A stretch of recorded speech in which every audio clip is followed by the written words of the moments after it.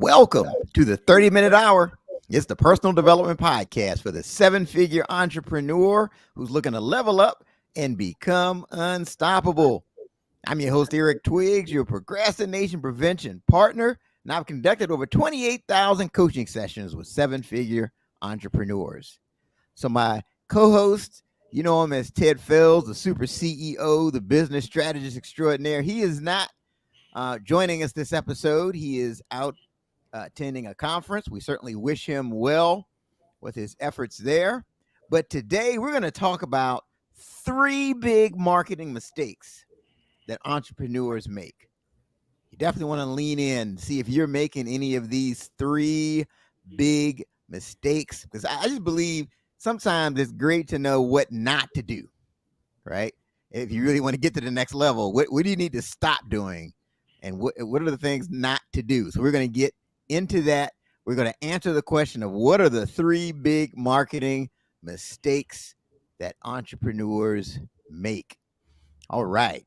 So I'm going to go ahead and introduce our guest of the hour, our guest for the moment.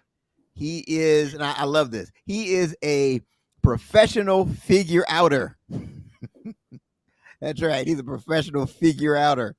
And he's built solutions for business owners and entrepreneurs for nearly 2 decades. And he is a relentless and passionate marketer, a manager. He's a bubble blower, a trainer, author, traveler, speaker, paper football champion, creator, butterfly farmer, and motivator.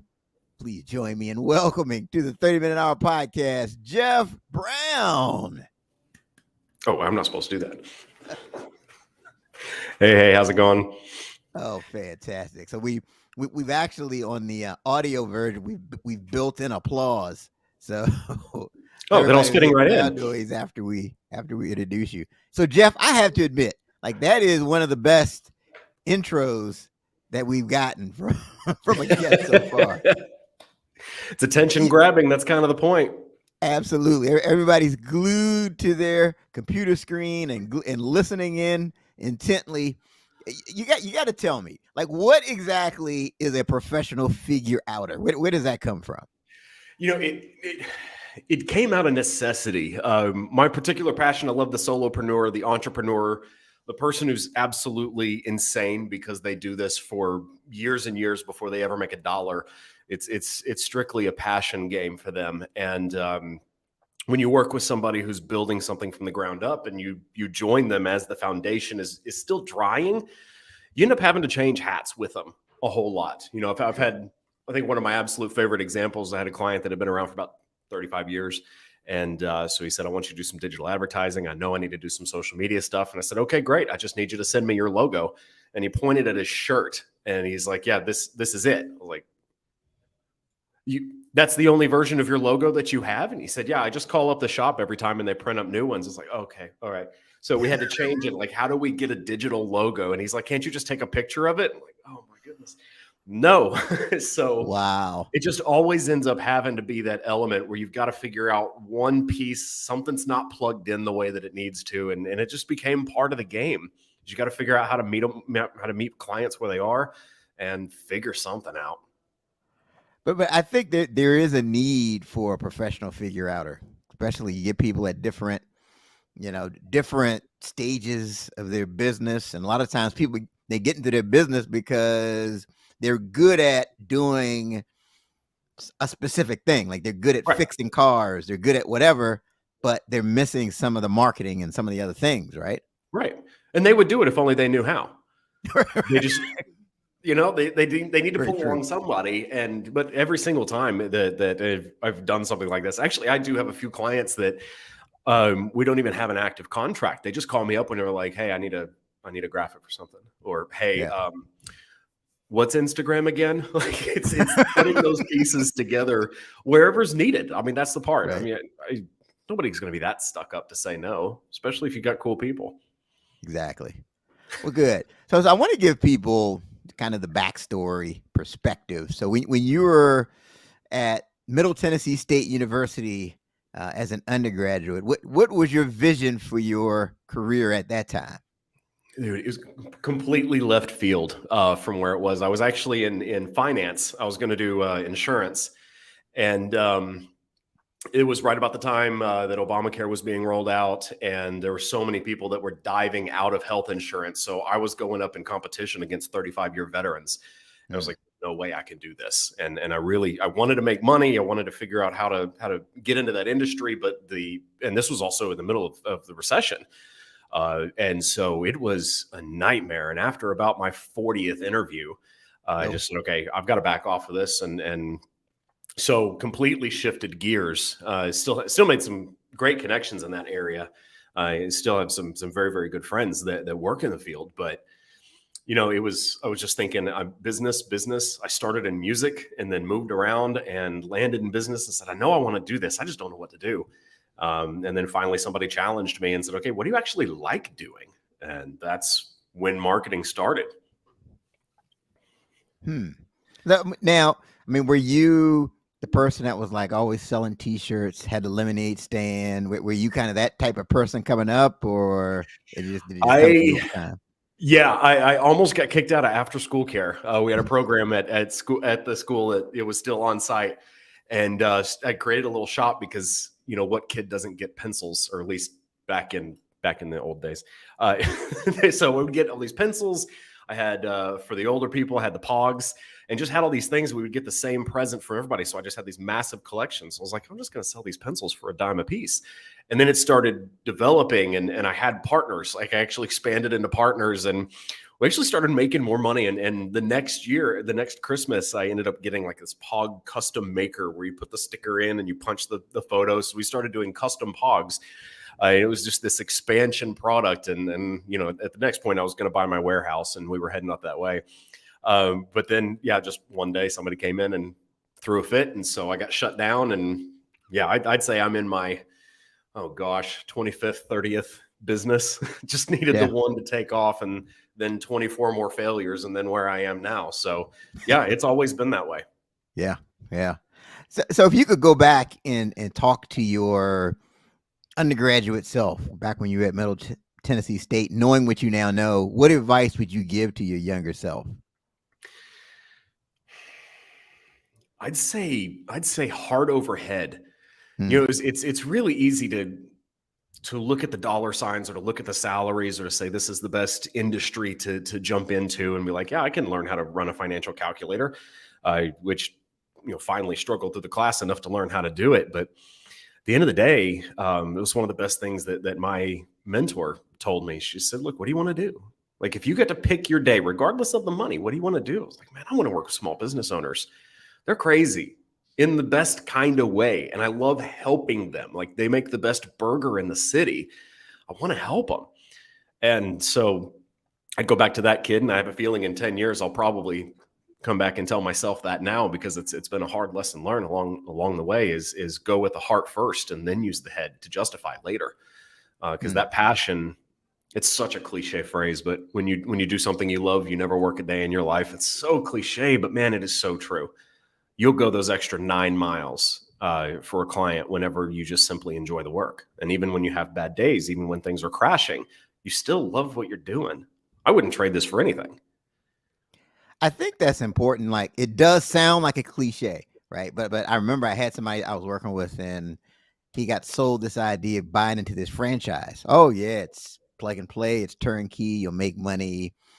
And I'm coaching him to try to help him to improve the business. And he said, Eric, look, it's not you, love you to death. I just hate the business. I literally hate, I don't like this. I hate the business. And it was a struggle getting him to even take my calls. And I think that's so important that you have to ask yourself, like, could you see yourself just doing this if money wasn't coming in on the nights, on weekends? I mean, what are your thoughts? Well, there's a certain breaking point where it has to make money for a little bit. But Yes, I think the more important part is because you're doing something that you really are taking a big risk. Even if you're bootstrapping from ground zero, you're taking a huge risk. sure. And I still have days where I'm in my 17th year, 18th year of marketing, and then I'm in my fifth year. Sorry, I brain fart for a second. I am in my fifth year of this company. And I'll tell you the thing that I still have bad days. I still have days when I'm looking around, I'm like, I'm scared, or I get that one message from that one client, and they're like, hey, can you call me real quick, with no context, and all of a sudden your heart just sinks.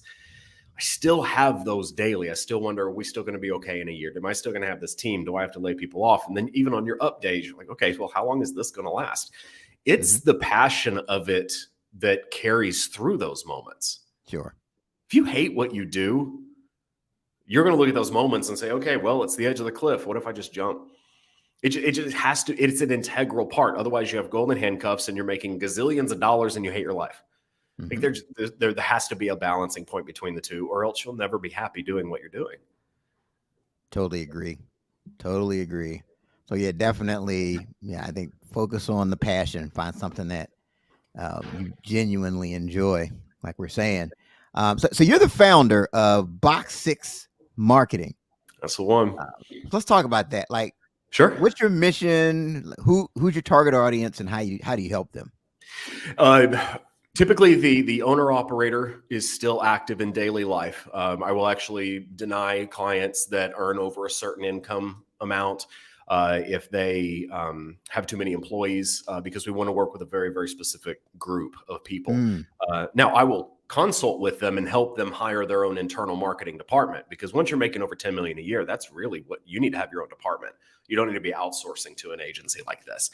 I want that independent person that I can talk to. And one of my first questions with them is, okay, I want to hear your why. I want to hear your origin story, and I want to hear your why. You could be a scuba instructor. You could be a history teacher. You could be collecting butterflies. Like, why do you do this? At the end of the day, what's the reason that you chose to do this? And I do have some people that just say, I just love making money, and I make a lot of money doing this. So cool. And then I get some people that they're artisans, and they have landed on something that is taking off, and they want to leverage it the best way that they can. So I want to be able to talk directly with that owner and to say, hey, here's some cool ideas. Let's get a foundation. Let's get a strategy, which is usually the first time that they've ever built a strategy. And half the time we're building a social media channel for them for the first time. And then the other half, we're looking at what they've been doing for the last 6 months, or when they haven't posted in 6 months, we're going back 9 months, and we're figuring out how to reactivate, how to set a real foundation, so that way they can take advantage of social media, because everybody knows that's where the attention's at. They just don't know how to leverage it. We're the first professionals that come alongside them and really help them take that leap into, medium-sized business, higher income levels, really establishing a business from an idea. Okay. So, and what's the typical volume range of the businesses you deal with? Usually 0 to 100 employees. Once they get past 100, then it starts getting into departmental things. And usually less than 10 million a year in revenue. Industries, we will deny certain industries. There are certain industries that marketing is just not nearly as effective. You really have to have internal people for that kind of stuff. And then geography is also a consideration. I take a look at where you're from and how much we can speak to it. I've got a team of 16 people. So if we don't have anybody that knows anything about your industry, take ballet, just pull something out. I don't know I can't speak to people who are ballet enthusiasts, and we don't have anybody on the team. So I'd tell them, like, I would love to help you find somebody, but I'm not going to be able to help you. So we always make sure that there's that relatability, so that we can create a connection with the brand. Sure. How can people connect to it if we can't relate to it? Yeah. Yeah. Okay. So you've seen a lot with entrepreneurs. Like, what are the 3 big marketing mistakes that you see them making? Well, I just happened to have an article on that subject, so I'm glad that you asked. Right. It's the biggest things are the preface to the whole thing is find out where the attention is at. Even now versus 3 years ago, top of the pandemic, everything was Facebook. TikTok showed up. A lot of people used Instagram, but the majority of attention 3 years ago was Facebook, and then it moved over to TikTok, and now it's even shifting again. Email was supposed to be completely dead. 15 years ago, they said that it would be dead by 2020, and it's stronger than ever. First thing is just to find the attention. That's the umbrella that goes over everything. And then what the article on the Box 6 website talks about is I'll sum it up. First off, it's to create value.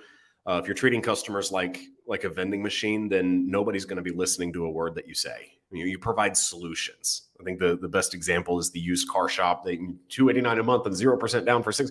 Nobody cares about that. If you're looking for a used car, you're looking for a vehicle that's going to get you from point A to point B. You offer the solution. And one of my favorite Harvard business study found that the reason that marketing works is that nobody ever goes to the hardware store looking for a 1/4-inch drill. What they want is a 1/4-inch hole. The drill is just the means to get there. And so the value that you offer that customer talks about who you are and why you would want to shop here. There's a local place here in Nashville. It's an ice cream shop. And how many ice cream shops are there? But the fact that she's local, the fact that this is hometown, it's very, very good quality. And whenever you want not just a regular ice cream, you want that really good experience that kind of tops off date night, you go to this place. That's the solution that they offer, not sweets and sugar. So the first thing is getting that value, is offering the value for whatever you're doing. And it could be, here's our favorite customer. That's still a value that you're offering because you're telling everybody that you actually care about your customer.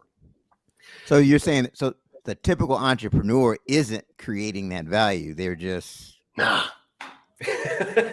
mean, click on a hashtag on Instagram and then go find it, scroll for a little bit, go find a couple of posts that only have 3 or 4 likes and go look at what they're doing. Most of the time they're selling.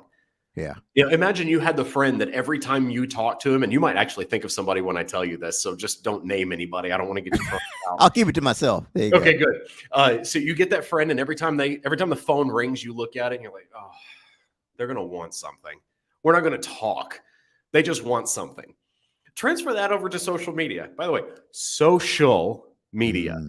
If you did the same thing, all you ever did was like, look, here's this purse. You should buy this purse. Link in bio. What kind of relationship is that? So if there's no value that you're offering, why do you get so mad when nobody of the 16 people that are following you are buying? By the way, 16 people, half of them are your family. Offer the value and it'll attract the right people. Okay, we got it. So the first thing is the big mistake is not creating value, just being like transactional and salesy, basically, right? Yep.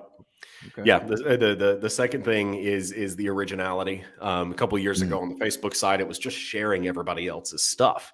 I had a client and it was a particular niche of music, and she would go through and she was like, oh, I like that song. And so she'd just share it. I like that song. So she would just share it.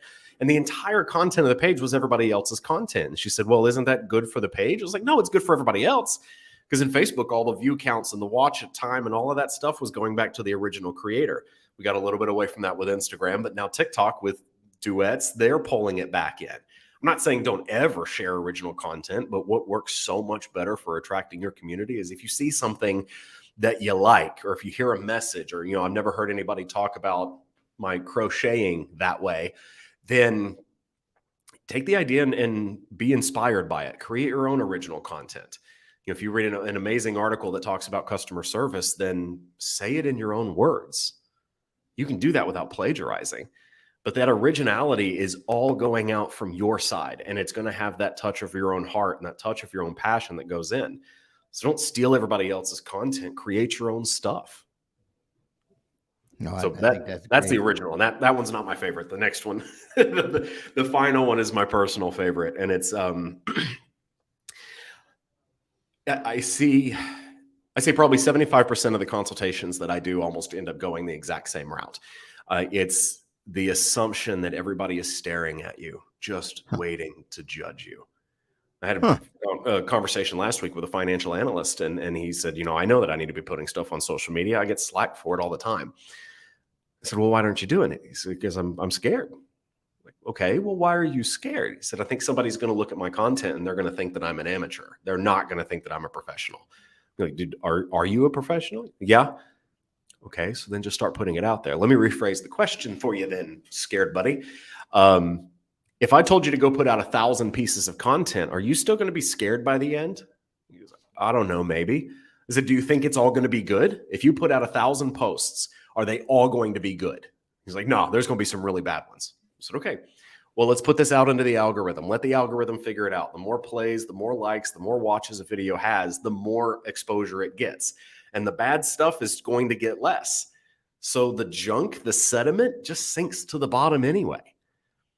So if you stop assuming that everybody's staring at you, waiting to cast you out, you stop worrying about it near as much. Just go. You're going to mess up. So what? You're going to put out terrible, terrible stuff. So what? No, I think that's a great point. And I see that in a lot of endeavors. People are afraid to speak in public because of that whole fear of judgment. Yeah. Now, like I find it helps. You have to take the focus off of yourself, right, and really think about your target person. Mm-hmm. How do you give value to them, right? Yep. I think that's a sign. If somebody's afraid of being judged, they're thinking too much of themselves.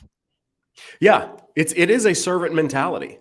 Yep. To do it that way. And I mean, if I were to ask you, like, out of all of the podcasts that you've done, all of the guests that you've done, have you called your performance every single time 100?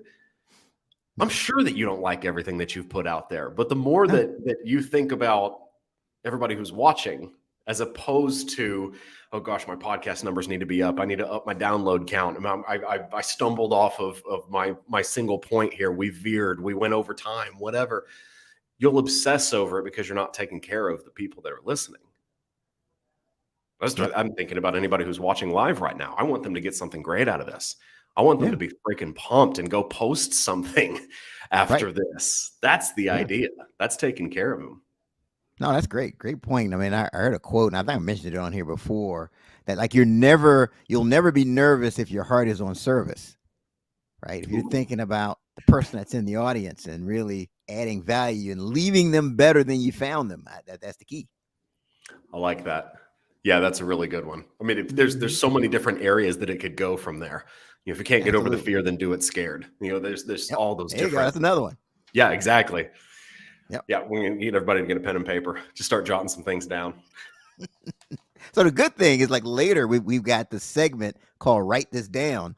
So I know the entrepreneurs that are listening and watching, they're taking notes already, but at the end they get to write down their really big takeaway from this episode. So hopefully they've jotted down what we've said so far. That's the plan. I hope that they'll let us know what they're jotting down, so that way we can do this better next time. So we can get for sure. Yeah, feel free. Those of you watching, feel free to put it in the comment section. Comment down below. Write it Link down. In bio. Link in bio. But no, so for those of you who might have just logged on and joined us, we talked about the 3 big mistakes, or the 3 big marketing mistakes that people make. We started off, we talked about not creating value. We talked about lacking originality, just taking someone else's post and just sharing it, as opposed to coming up with your own original thought that draws people back to you. And then we talked about this idea of being paralyzed with the fear of judgment, thinking that everybody's just watching you, so they're going to judge me if I put out something that's not as good. So those are the 3 mistakes to avoid. So let's turn it to you, Jeff. What are some of the big marketing mistakes that you've made as you've been trying to level up your businesses? There's so many. This is 30-minute hour. I got to keep that in mind. So, man, I'd say the biggest one thematically, the biggest thing is just not listening to my gut. There's a lot of times where you hear something and it's got all of the flair and the fireworks, but by the time you stop and look at it, it's just not that great. And that might be somebody that you're working with. It might be a workshop that somebody's trying to sell you. And it just depends. But your gut is usually right. There's a certain insight that you feel down here, and you'll see things like genuineness or real true value. And I've still ignored it plenty of times. Thankfully I had one a few weeks ago that they said, yeah, we've got a spot available and you're gonna have to fly across the country and it starts in 10 days. Oh yeah, you're in another city right now? Yeah, well, sorry, you got to buy a plane ticket. You need to let me know in 48 hours. Like, this just doesn't feel right. This just 100% doesn't feel right. So I held off, and then a couple of days later, they announced that they were closing it down. Oh, my goodness, I could have just lost $3,000. But 2 years ago, didn't stop me from spending $6,000 on a workshop that I thought was going to be absolutely revolutionizing to learning new quick tricks. And that was a mistake. I got value out of it. I probably got the money's worth out of it. But in retrospect, I would have so much rather have taken that money and put it back into, my team, which I care about. It's my mantra on the internal wasn't the question, but it's my motto on the inside is that anybody who works with box 6 should always leave more skilled and more able than when they arrived. And so we're constantly doing continuing education, and what I could have done with that money for them would have been so much better. But I'd say most of the big mistakes are usually based off of just not listening to that gut reaction, because that is usually right. You doubt yourself, the head gets in the way, you start overthinking it, you start overanalyzing it, then the fear starts speaking up, and then the anxiety kicks in. That's the biggest element, is just focusing on your gut. And then go process it later. If you need to bounce it off of somebody, bounce it off of somebody. My grandfather always taught me sleep on it. Anything that's a big decision, it's just as obvious in the morning after you've slept on it. And so I'll drop that to somebody and be like, hey, I don't make a decision without sleeping on it first. And if they start cranking up that pressure, like trying to get me into making that decision, that's my red flag. No, that's great. Yeah, and I totally agree as far as making sure you listen to your gut. And I'm like you, the times I don't, I usually end up regretting it. Yep. You'd think after this many times we would have learned. Right. No, but of course not. No. Stubborn and you dumb. would think, right? Yeah. So Jeff, we've got a question from Stephanie Sparks, who's watching us live. She says, if those are the 3 mistakes / things to avoid, what's the most important thing to do? That is very loaded. Sticking it on the spot. I don't mind that. Well, thanks, Stephanie, for your question. I think as far as the entrepreneurial thing, remember why. I think that will override everything, and it'll keep you in focus, because there's sometimes that you're digging everything in you're on a boat and your entire world is now involved in emptying out water from the boat with a bucket. Your all day, every day gets on there. And if you can remember your why, then you can remember that it's not necessarily about keeping, really about keeping. You're on mute. What happened? I touched my microphone. Lightly tapped. Okay, can you hear me now? Yep, we can hear you now. Oh, fantastic. Okay, it's if you can focus on that why, then you can remember what it is that you're doing in the first place. You remember what your future motivation is. You know when it's time to cut ties. You know when it's time to dig deep. You get the confidence and the comfort in knowing that it's time to take that risk. So when you get that stressful moment, because it's inevitable, they always happen. You have up times, you have down times. Focusing on your why keeps you focused. It keeps you from becoming a jerk. It keeps you from becoming corrupt. It keeps you from becoming everything that you didn't want it to become. Steve Jobs, it's a phenomenal example of remembering the why. He left Apple for a while, and Apple started tanking because they lost track of what they were doing. And then he came back in, and then it became the most profitable company alive in existence. It's that why portion that keeps everything just in lock, and it helps you personally stay calibrated. And I think that's everything else streams out from that.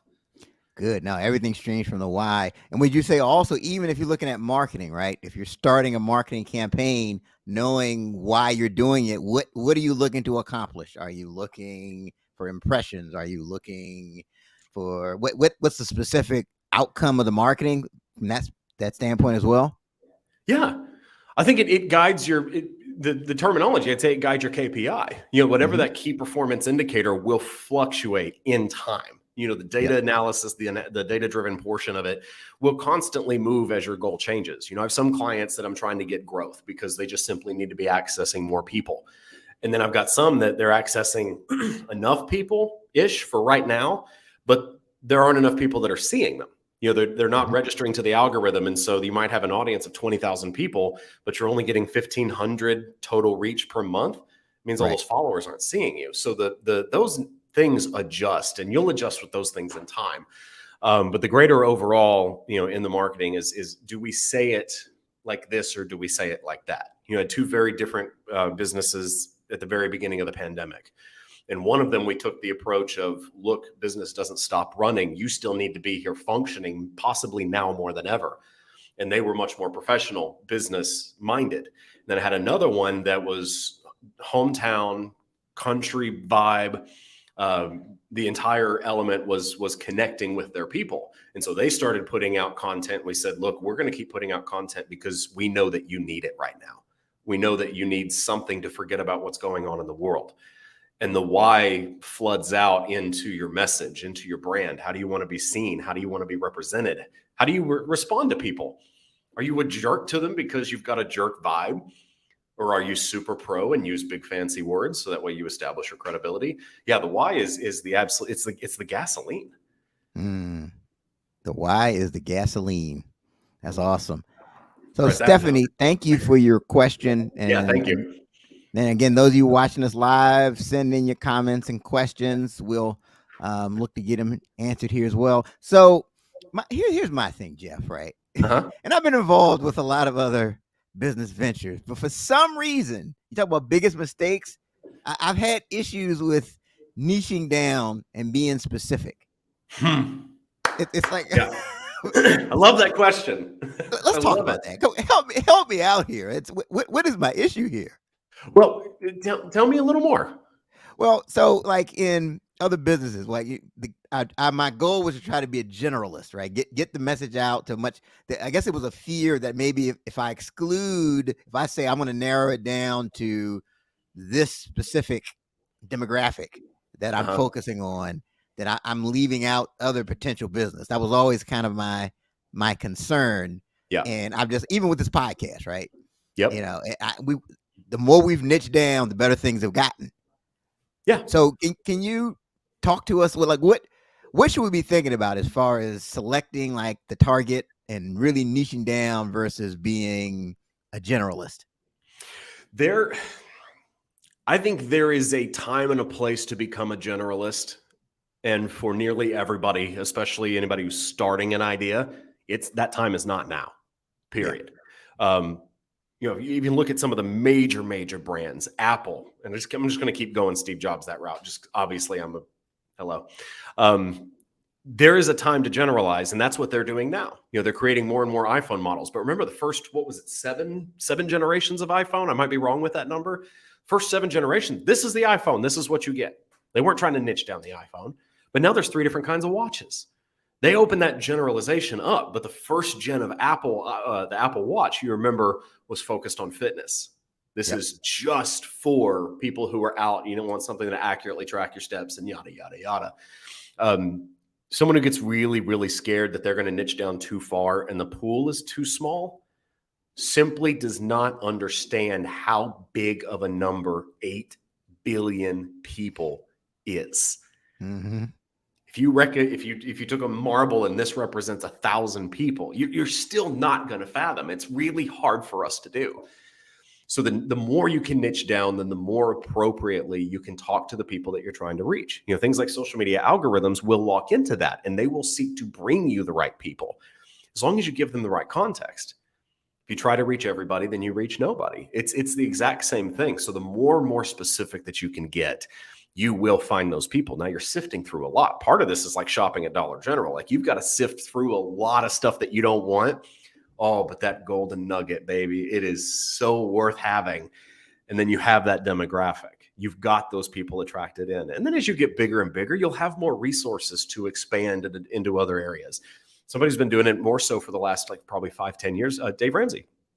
Dave Ramsey was very specifically, if you're dying in debt, you need a very, very clear and precise plan. But if you go hang out at Ramsey Solutions now, then you're seeing stuff that's geared toward kids, and you're seeing syllabuses being developed and programs specifically for college kids. They've been opening up that generalization. But no, I've never seen anybody niche down as hard as they could and regret it. Not once. Hundreds of different consultation clients over the last 2 years alone. Never seen anybody regret it. Yeah, I agree with that. I mean, like I said, the more we've niched, the bigger the audience has gotten. Yeah. And I think, well, you were asking like specifically, what do you do? Do you have your strategy written down? Do you have your mission written down first off? And then at that point, the more you understand who you're trying to niche down to, do you truly understand who they are? Because you can look up, like if you're, say you're looking at small businesses, you can go look at the Small Business Administration and find a whole bunch of 67% and 26% categories. But that doesn't mean you understand anything about the person you're trying to reach. One of the things that we do when we do target demographic research is that we go looking in places where people are being candid. So we're looking at, I did one project where we were trying to understand attorneys a little bit better on a personal side. And so we found a gold mine in YouTube videos of attorneys who had left the practice. And so all these attorneys are talking about it. Like, yeah, I hated this part too. I hate this part. I make too much money. That's why I don't leave. And we started actually getting their candid comments. You can do it through Amazon book reviews, YouTube videos, whatever the case might be. And then we just grabbed hundreds of comments, data points, and then put them into a word cloud generator. And it showed us all of the keywords. And then we knew the things that they cared about. If you know what they care about, you can talk to them. I personally don't care about the traffic light patterns in Pittsburgh because they have nothing to do with me. But the one stoplight down the road from this office right here, if it's off, it's infuriating. So you got to be able to talk about the things that make people happy and the things that make people upset. You can do that the more that you can niche down. That's a great point. And that's a great reason for anybody that's watching or listening who's afraid of niching down too far, is that these individual people, they have specific problems. Yep. And you're right. We've done that here, even with the podcast and other things. We'll go into the forums and see what those specific people are talking about and use that exact language. But if you're a generalist, you can't make that same level of connection. Great point. Thank you for bringing that up. Yeah, of course. Hope it helps. Take it with you. All right. Write that down. Yeah, write that. I'm telling you, people's pens running out of ink right now, Jeff. They have so many things they've had to write down from this episode. Hey, send me a message. I got a whole bunch of box 6 pens. I'd be happy to ship them out. No, I'm not a marketer. What are you talking about? No. So you're on podcast all the time, right? And you get asked all kinds of questions. Like what's one question you never get asked that you wish people would ask you?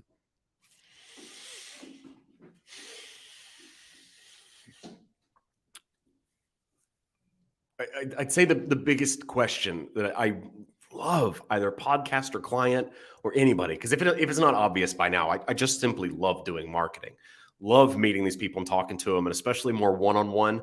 And I'd say the biggest thing is what's the number one thing that I can take with me? Because most of the time when people are digging into marketing, because if you start Googling marketing, you start finding algorithms and big fancy words that sometimes have meanings and some words that sound incredibly vague and ambiguous, like growth hacking. You find all these things and it just gets overwhelming. There's so much stuff out there. I love the people that just say, what's the one takeaway? Like the thing that I can do tomorrow. And I call it that inevitability. You want to create inevitability. If you do this one thing, no matter how fast or how slow or whatever, take it and run with it. And you will make that success for yourself. And it's from Bill Gates. I keep talking Apple, so I'm just going to go throw some Bill Gates in just to throw everybody off. 1983, he said that content is king. And that's it. It's a guiding point. It's 3 words. But if you take that and the eyedropper and just drip it into everything that you do, and keep in mind, content is king. It is just as true now as it was then, which was said 20 years before Facebook was invented or stolen. It depends on who you listen to. But content in its plethora, don't try to make it gorgeous, make it out there. Done is better than perfect. All of that ties into content is king. And I want people to ask constantly, like, what can I take from this? You have studied this for a long time. You've practiced it for almost 20 years. I spend time doing research every single day to figure out what new is coming. TikTok just launched shops with affiliate marketing over the weekend, like mind-blowing stuff, but it all still ties into content is king. If you post stuff on Instagram that people absolutely love, but you've only posted 6 or 7 times, nobody's going to come follow you because Instagram can't feed that content to new people. Content is king. It always comes around to the same thing. Just create, just go, just get out there. You'll figure the rest out along the way. Great advice. Great advice. So we're now at the final segment of this episode. It's called Write This Down. It's the highly anticipated segment, Jeff. Write this down. This is where you get to we'll share the big takeaway from this episode that we feel like you need to write down so that you can level up. So, Jeff, you are the guest of honor. So what is it that the people need to write down? Do I have a limit on how many? Because obviously I enjoy talking. I'll do this all day. You can do multiple. Absolutely. I said it earlier, but I'll stick this one out because it's the number one pushback that I get. And if you can't, so I'm stealing it from somebody else. And to write this down, I'd say is if you can't get over the fear, do it scared. You can play the what if game all you want to, but you're not going to die. Nobody's going to sit and post something on social media and then the police come banging on your door. The worst thing that's going to happen is it doesn't get very many plays and then you feel self-conscious. Yep. I can tell you, I'm going to feel self-conscious anyway. There's plenty of other things out there that are going to make me feel self-conscious, but do it scared. I say that all the time. In fact, about 5 minutes before this started, I said, do it scared. Do it scared. Because I'll go back and detox it. I'll go back and watch it again and say, okay, what could I have done better? There's always going to be an answer. But as long as somebody watching this got something out of it and they go do something and make their brand better and reach somebody new because of something that we said here, then it's worth it. So do it scared. If I got scared, then that wouldn't have happened. So there's my fun one. I'd say the other one, it would be, because as long as I don't stop talking, you can't stop me. The other one that I'd recommend is when in the same vein, if you're worrying about stuff that you're putting out on social media, let the algorithm do its own work. If you put out absolute garbage, the algorithm won't keep pushing it out to new people. If you put out something really great, so Instagram wants you attracting new viewers. They want people watching the content because then they look at ads and then they get paid. So the sediment will sink to the bottom. The terrible stuff that you put out, the sediment will sink to the bottom. Let everything do its thing. You just have to keep putting it out. Just be original, just be genuine, just be authentic. Just care about the people that you're serving, and you will find more of those people. It's inevitable. Yeah, that's great. Write that down. Do it scared. Just put your content out there. The sediment's going to sink to the bottom anyway. Just do it. Yep. All right. Good stuff. So mine, it ties back to something you said, and I just think it's critical. This idea of you have to start with why. Yeah. And that's critical. You always start with why. I mean, I've taken it as far as like people I work with, if I know they're going to a business conference, right? They have to tell me why. Why are you going? What are the ideal outcomes that you're looking to get from this business conference? What are you, so now they're not just going in, because you come back from these conferences, you have a whole bag full of stuff that you're never going to ever use again in life. Right? Yep. Usually a lot of blisters on your feet too. Yeah. Right. Blisters on your feet too.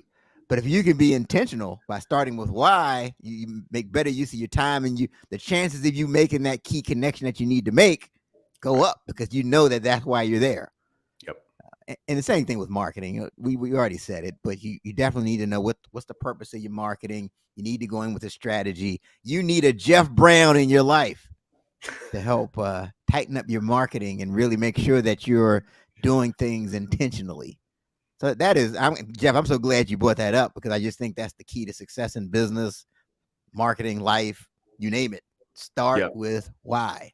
Right. I've never regretted asking that question. So yeah, it's everybody who works with Box 6, anybody that we've ever had as a client, any speaking opportunities, anything, understanding that why. I think even we discussed it a little bit in the prep, getting ready for this. We talked about that why. If you understand that about somebody, you can accurately introduce them to someone else. Yes. It's that simple. Absolutely. Yep. That's awesome, man. I'm glad a lot of ways you can say it, begin with the end in mind. Another great quote thing that came from Stephen Covey. But yeah, there you go. Yeah, so this has been a fantastic episode of the 30-minute hour. I'm gonna have to tell Ted Fells he missed out, my co-host. Yep. Well, next time. Yeah, we'll have to bring you back when he's here, because like he and I, we have these types of conversations all the time, and I know if he was here, he would definitely be all over these marketing ideas. So, so how can people connect with you that want more information? Biggest, easiest ways through social media, Box 6 Marketing on Instagram. That's the number 6. And I'll tell you the other thing that we've been doing, since shameless plug, we've also recently created a product. It's called postbuilder.co. It's the web address where it's located. And we've tried to condense social media posting down to less than a minute every day. So it's a bunch of prompts, it's a bunch of pre-built graphics, it's a bunch of pre-built visuals. So reels, carousels, all of them are ready to go. With customizability, as long as you have basic understanding of Canva, then you can take any of these concepts and push them through. So we try to make it as quick and easy as possible, because I keep saying the same thing. Content is king. Content is king. So if you start posting every single day, eventually you are inevitably going to have the level of success that you're looking for. So that's another really, really great way to connect. Also, the website box6marketing.com is a good way to get in touch with us, either with me or with somebody on the team. And love meeting new people, meeting new entrepreneurs. We do stuff on Fiverr, we do stuff on Upwork, because the big thing is the introduction in the first place. And then if we can do something to help along the way, we're happy to.